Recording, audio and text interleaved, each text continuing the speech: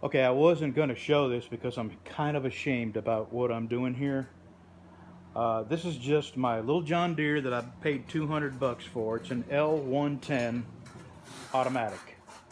Uh, I needed to access the transmission because even though this is a quote sealed unquote transmission, you can still access it and drain the fluid out and refill it. But to get to it, you got to take the fenders off. To take the fenders off, you got to pull the steering wheel off.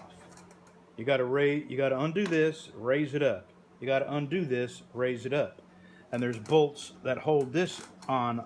I mean, it's just a.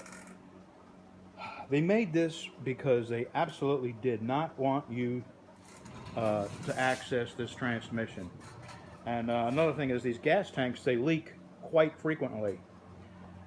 So I sort of did I call it Yankee engineering because I'm a Yankee. And I just undid the seat bolts. There's two. I'm here and one here. Here and here. They're 10 millimeter. Hook my come along, my ceiling winch to it, and yank that son of a gun up. Now I've accessed the sealed hole that you're not supposed to be able to access. Let me show you what it looks like.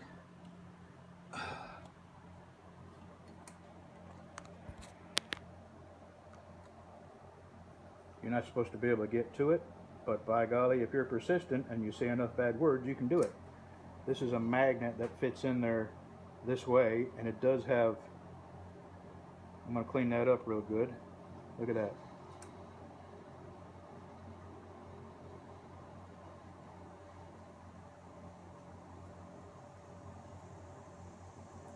Anyway, when I get this back together, here's what I've got pulled out of there so far. And this is what I'm using. Just a siphon pump with a hose stuck down at the bottom of this transmission. There is another way to do this, and that is to drop the transmission off of this thing. You got to pull belts off and undo the bolts that hold the axle on. You got to undo the rods, the control rods for the transmission, the brake. You got to take the belt off the idler pulley. So this was just easier. I don't care what it looks like. When I get this thing back down, I will hammer it back into position, and if it works, great. If it not, I'll see if I can get 200 bucks back out of it for the deck and the engine. So anyway, that's all the fluid I got out of it, and it is bad looking fluid, bad. And this thing is just caked with dirt. There's no way it could cool. So that really exacerbates an already bad problem. I could mow about a half an hour with this thing before the transmission would just stop turning the wheels. So this stuff is like water. It's wore out. And this is just too hot. So I'm going to clean that all off once I get that cap back on. And here's what I'm putting in it. Oh.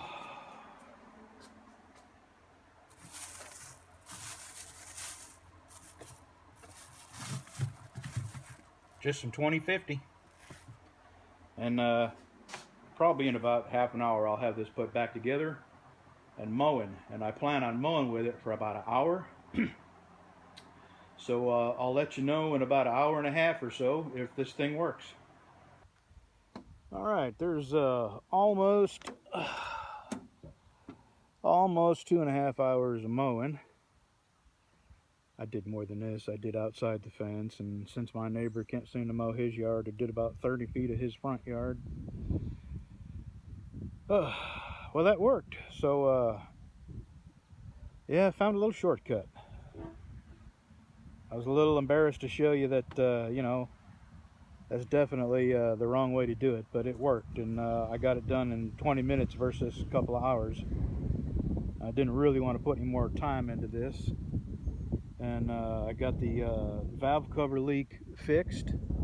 All I had to do was take it off and take a Scotch-Brite wheel and buff off the old gasket material and put some new red RTV on there. And I got a little bit more to do. Then I'm going to put the hood back on and call it a day. Thanks for watching.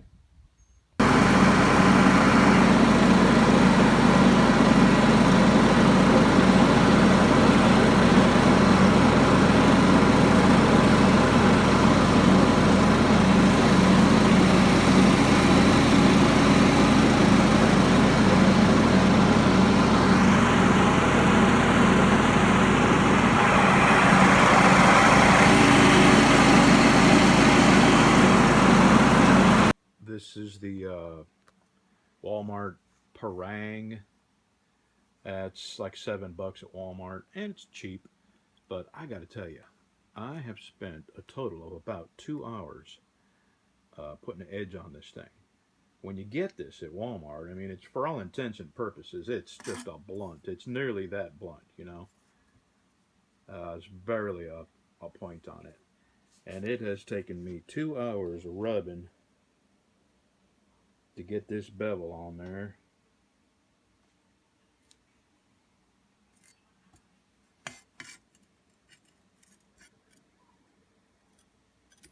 And the thing is with these, you don't want to put a delicate edge. You want to put a hard, steep working edge on these. And I'll tell you what, as hard as it was to put this edge on, I think it would probably last a while. This is the Gator Bolo, the Gerber Gator Bolo, and I just put it on a stone a couple of times, and this is, you could shave with this edge. It's that sharp. And again, it's not a delicate edge, it's a good working edge. And I guess I should confess, I've gone off the deep end with machetes. I've got 3 more machetes coming. Tramontina, a Marvels, and crap, I can't remember the other brand, but they're all 3 Bolo style machetes. I am convinced that for what I'm doing and for most everything you would need to do, the Bolo machete style is the most versatile. I really don't know what special niche this Parang fills.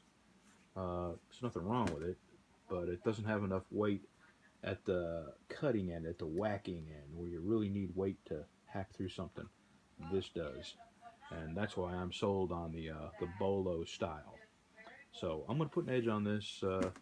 It's light. My wife can use this when she's out and about, as long as she doesn't cut a toe off or a finger.